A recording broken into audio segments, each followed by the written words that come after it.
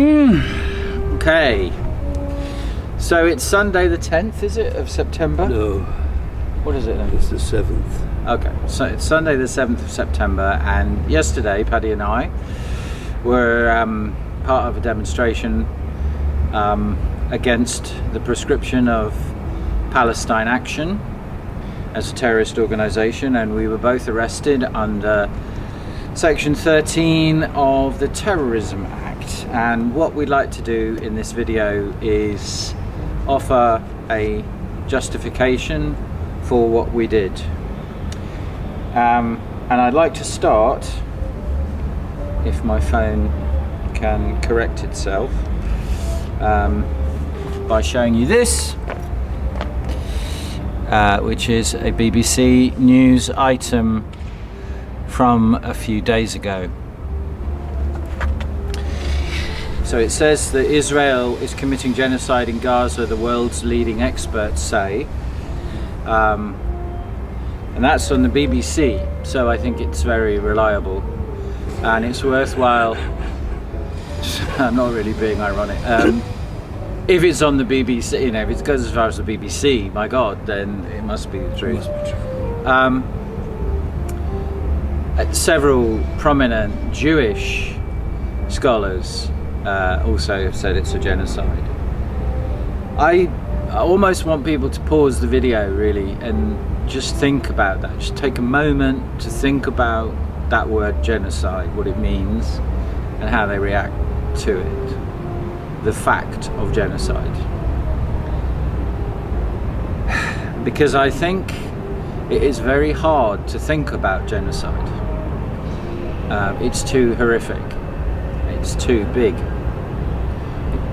It just colonizes the mind in a really traumatic way, and generally the reactions are passivity or fear or horror, and we withdraw into our shells, quite understandably.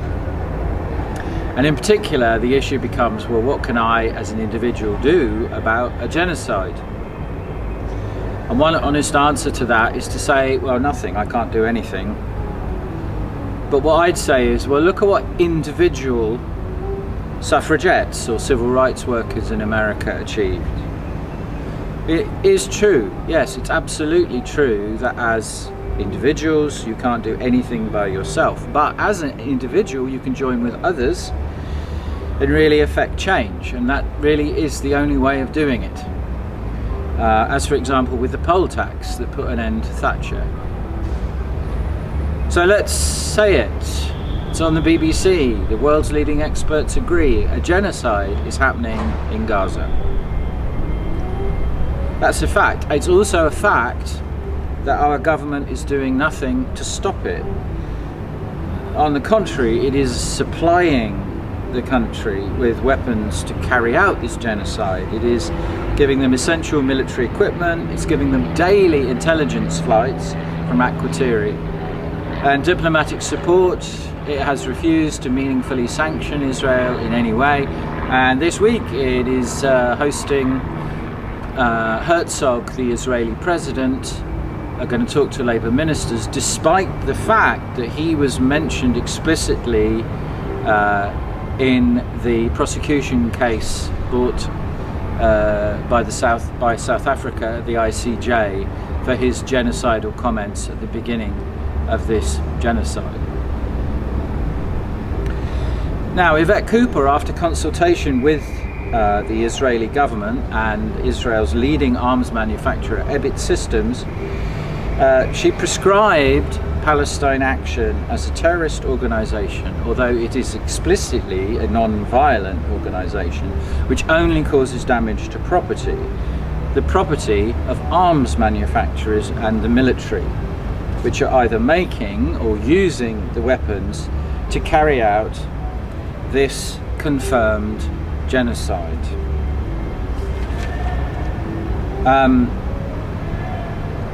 Now the government have said, Stella Creasy has said, that there is evidence that Palestine Action does in fact target individuals, but you will notice that they have provided no evidence of this claim, and Palestine Action refutes it. Now, criminal damage, which Palestine Action does do is already illegal, and it carries really heavy punishments, so there is no need to prescribe them under terrorist legislation. So Paddy and I yesterday took part in a protest, second time, the aim of which is to de-prescribe an organisation which is entirely committed to doing whatever it can to stop a genocide, which is why our signs said, "I oppose genocide, I support Palestine Action."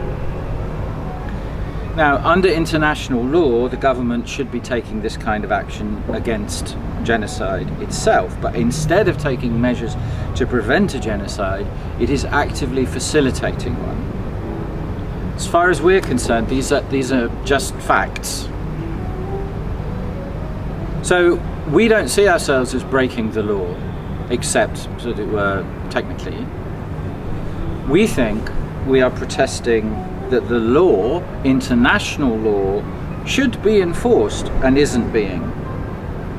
Israel is a rogue state, and in supplying it with military hardware and so on, ours is a rogue government. Now, it was only sheer force of numbers protesting that eventually brought down the poll tax and Thatcher. And it is really only force of numbers that can compel the government to de-prescribe Palestine Action by making the law against it unenforceable. So we are both beneficiaries of the welfare state that was created after World War II. We've enjoyed free healthcare, council housing, a free university education, both own our own houses. We have triple lock pensions, as I imagine everyone that I'm sending this video does too. But we only enjoy these things because after World War II, the Labour government created a new kind of society. And they could only do this because millions had sacrificed themselves in the fight against fascism in World War II. So I would encourage you to, in a thought experiment, imagine what our lives, your lives, would have been like if people had not made that sacrifice. I don't think any of us would be in the very comfortable place we are now, and that many of us would be dead. Now, fascism is on the rise again. In Israel, self-proclaimed, unashamed fascists are carrying out a genocide, as we have seen. And our government is helping them to do this. We felt that as beneficiaries of the sacrifice of the previous generations in World War II, it was our duty to resist the same today. But we felt that the government will only be defeated if the protests for Palestine Action happen and continue to grow. And this could only happen if people like us, privileged, comfortable people like us, made a very small sacrifice. We feel that it shouldn't be left to the young who are sacrificing their future, to 80-year-old priests, decorated RAF veterans, blind and disabled people, all of whom have been arrested in the last 2 demos. We felt that we, who have so little to lose, should stand with them. Please do respond to this video. Tell us how our argument doesn't make any sense, why we did the wrong thing. We are confident that we did the right thing for the right reasons, but you may disagree. Do let us know. But if you think that we did make the right choice, then I will leave it to you to decide what course of action you feel might be appropriate. I can only say that as a general principle, an individual can do nothing, but working together, real change historically has been achieved and in the future and in the present can be achieved. Certainly, if we don't try, nothing will happen. And I'd like to end the video where we began, by reminding everybody of what this is about. Genocide is happening. Our government is supporting it. And many feel, and we felt, that there was something we could do about this, so we did it.